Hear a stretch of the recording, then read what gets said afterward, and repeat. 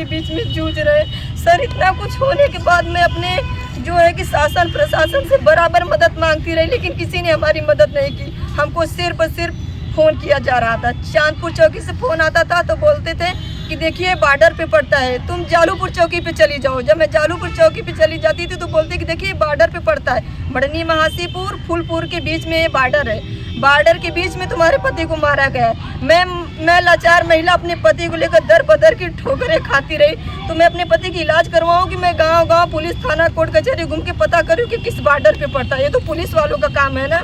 बकरी की तरह काट कर सुलाए गए। सर जिंदगी मौत के बीच में जूझ रहे हैं। हम इतने गरीब हैं कि हम उनकी दवा के लिए भी असमर्थ हैं। हम कहाँ से, हमारे जो घर में पति हैं, हमारे चाचा जी दादाजी, आज हमारे परिवार सड़क पे आ गए। मेरे पति जिंदगी मौत के बीच में जूझ रहे थे। उसी समय मैंने अपने पति को लेकर जालूपुर चौकी पे गई। वहाँ के सब लोगों ने कहा कि यहाँ मत जाओ, तुम चली जाओ चांदपुर चौकी।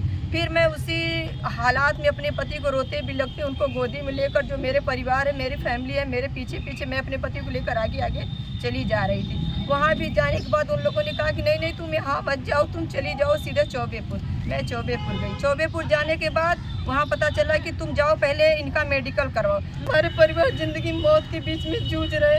सर इतना कुछ होने के बाद मैं अपने जो है कि शासन प्रशासन से बराबर मदद मांगती रही, लेकिन किसी ने हमारी मदद नहीं की। दहल गए हैं, पूरा उत्तर प्रदेश देख रहा है सर, फिर भी हमको न्याय नहीं मिल रहा है। ठीक है।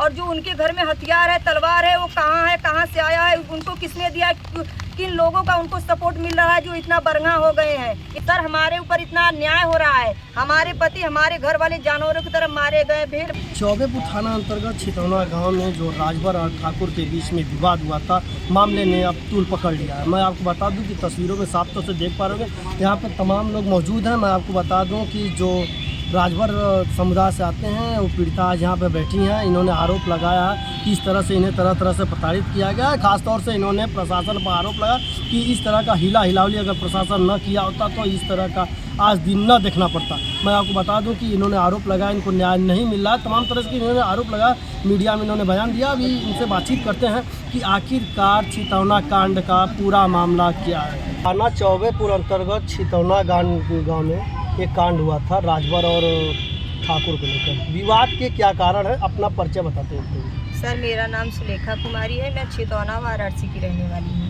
सर मेरे जो विवाद है, विवाद कुछ बहुत ज़्यादा नहीं है। जो मेरे घर के, मेरे ज़मीन के पास में एक ठाकुर का ज़मीन है, जो बांस का कोठी है, वो बांस का कोठी हमारे ज़मीन में है। तो उन लोगों का कहना है कि अपना तुम हटा लो। जब हमारे ज़मीन में हमारा बांस का कोठी है तो हम क्यों हटाएं। फिर भी हम बोले कि नहीं, जो होगा, जो हमारा है वो हम कर लेंगे। तो उनका कहना है ना हम ज़मीन बंटने देंगे, ना बांटने देंगे, हम कुछ नहीं करने देंगे, बस तुमको सिर्फ और सिर्फ भेज कर मारेंगे। हमेशा हम लोगों को परेशान करते थे। हम लोग अपने घर में कहीं भी बैठे रहते थे तो हम लोगों को मोबाइल कैमरा खोलकर वीडियो बनाकर कैमरा जूम करके 2-4 लोगों का फ़ोटो खींच लेते थे। फ़ोटो खींचने के बाद फिर उसके बाद जो है कि अपने मोबाइल से ही एफआईआर करवा देते। एफआईआर करवाने के बाद हमारे घर पे आते थे, हमारे जो ज़मीन है उनके ज़मीन, अपने ज़मीन में आते थे। ज़मीन के बगल में मेरा ज़मीन, उसी जगह आकर रुखरार खोजते थे। तब तक कुछ बाता कहनी वैसी होती थी। उसके बावजूद बाता कहनी वैसी होते होते पुलिस आ जाती थी। सब कुछ अपने आँख से देख लेती थी। दोषित हम लोगों को मानती थी कि नहीं, तुम झगड़ा तुम ही लोग करते हो। फिर उसके बाद अगर उन लोगों से कभी हम लोगों का किसी भी तरह से विवाद हुआ होता तो हम लोग अपने आप को सतर्क रहते। उनका हमारा कभी कोई विवाद ही नहीं हुआ। जो भी विवाद करते थे उनका एक तरफा केस है। मेरे पति 16 जून को काम करके सरारपुर से वापस आ रहे थे और काम करने के बाद वो वापस आ रहे थे। रास्ते में कुछ लोगों ने उनका पीछा किया। पीछा करने के बाद उन लोगों को जो ये ठाकुर के लड़के उनके आदमी थे, उन लोगों को बताया गया। बताने के बाद मेरे पति मढ़नी महासीपुर केडीएस स्कूल के पास जब पहुँचे तो वो जो ठाकुर के लड़के हैं वो अपना गाड़ी राउंडिंग लेकर मेरे पति के सीने पे वार किए। जब मेरे पति के सीने पे वार किए तो मेरे पति असहाय होकर गिर गए।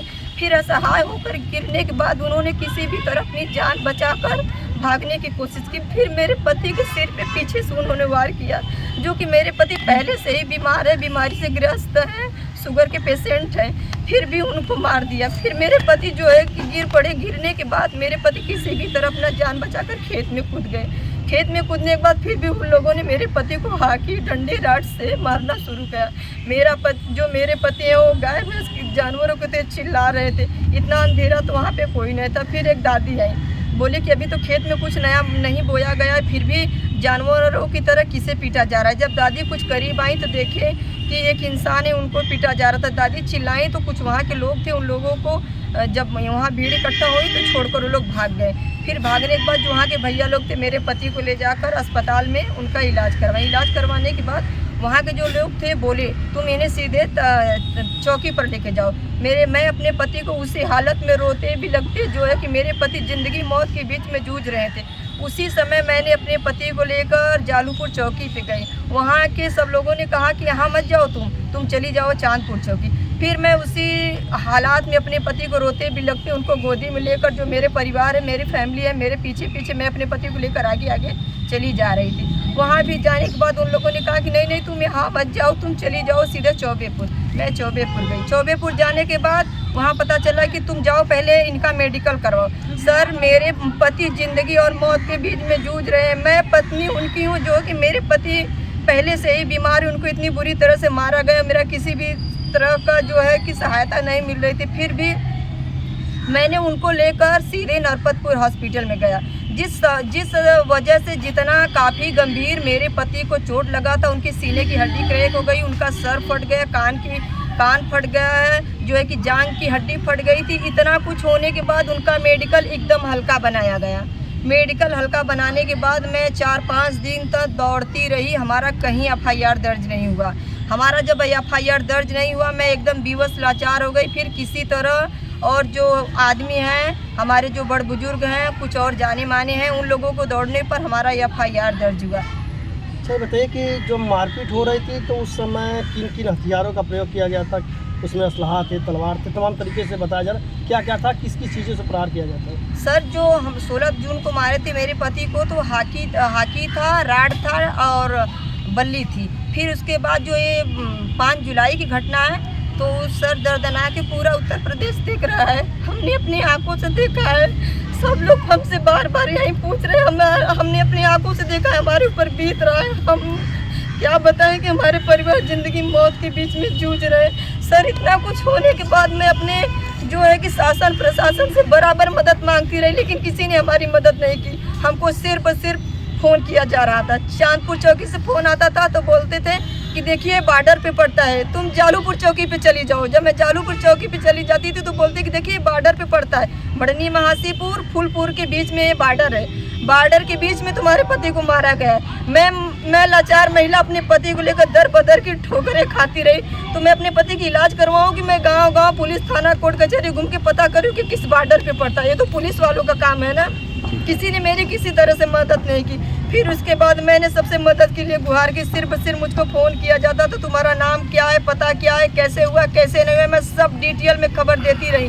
पुलिस 1-2 बार आती थी, पूछती थी, चली जाती थी। मैंने फिर 20 तारीख को हम लोगों के ऊपर अटैक किया गया, फिर भी मैंने उसका FIR करवाया, फिर भी हमें उसका कोई रिजल्ट नहीं मिला। फिर उसके बाद भी हमने सब कुछ करने के बाद मैं सरकार से यही दरख्वास्त करती रही कि देखिए सर, हमें खुलेआम, हमारे पति को मार कर फेंकने के बाद भी हमें खुलेआम धमकियाँ मिल रही थी।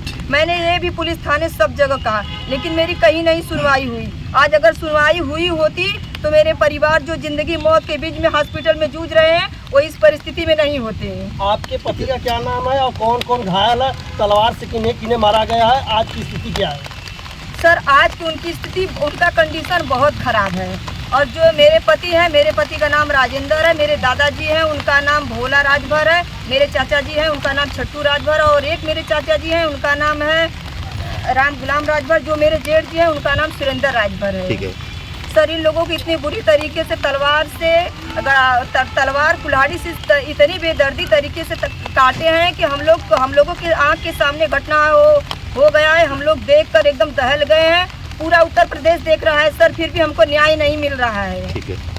और जो उनके घर में हथियार है, तलवार है, वो कहाँ है, कहाँ से आया है, उनको किसने दिया, किन लोगों का उनको सपोर्ट मिल रहा है जो इतना बरंगा हो गए हैं। इतना कुल होने के बाद हम राजभरों का कहीं कोई सुनवाई नहीं हो रहा है। सिर्फ इतने दिनों से मेरे केस को गुमराह करने की कोशिश की गई। आज मेरे केस को गुमराह करने की कोशिश नहीं की गई होती, पुलिस एक बार उस पर कार्रवाई की होती, छानबीन की होती, तो आज जो मुजरिम है वो हमारे परिवार के बीच में जो इतना बड़ा कांड किए हों, एक बार करने से पहले सोचते कि हमने छोटा कांड किया तो हमको सजा मिला, जब हम बड़ा कांड करेंगे तो इससे भी बड़ा हमको सजा मिलेगा। पुलिस आप पर दबाव बनाई समझौता के लिए? हाँ सर, हमको दबाव बनाया गया है कि देखिए तुम कहीं मत जाओ, जो है कि तुम्हारा जो 20 तारीख का मैटर है तुम कहीं मत जाओ, जब तक हम बोलेंगे तुम कहीं मत जाना, हम तुम्हारा जो है कि यही समझौता करके तुम्हारा केस रफा दफा कर देंगे। सर हमारे ऊपर इतना अन्याय हो रहा है, हमारे पति हमारे घर वाले जानवरों की तरह मारे गए, भेड़ बकरी की तरह काट कर सुलाए गए। सर जिंदगी मौत के बीच में जूझ रहे हैं, हम इतने गरीब हैं कि हम उनकी दवा के लिए भी असमर्थ हैं। हम कहाँ से, हमारे जो घर में पति हैं, हमारे चाचा जी दादाजी, आज हमारे परिवार सड़क पे आ गए, हम औरतें कहाँ कमाने के लिए जाएंगी? हमारे पास उतना तो कुछ ताकत वाकत है नहीं कि हम अपना बिजनेस खोल ले कमाने के लिए कहीं जाए, हमारे पास कुछ नहीं है। हम सरकार से यही दरख्वास्त करते हैं कि जो हमारे मरीज हैं, जो हम पीड़ित हैं, उनका खर्चा, उनका दवा दर्पण के लिए वो अपना हमको मदद चाहिए भैया, हमको और कुछ नहीं चाहिए। और उन लोगों को जो हमारे परिवार को जो दरिंदों ने काट के मौत की घाट सुलाया है, उन लोगों की सजाए मौत मिलनी चाहिए और उन लोगों के घर पे बुलडोजर चलना चाहिए। हमारी यही सरकार से मांग है।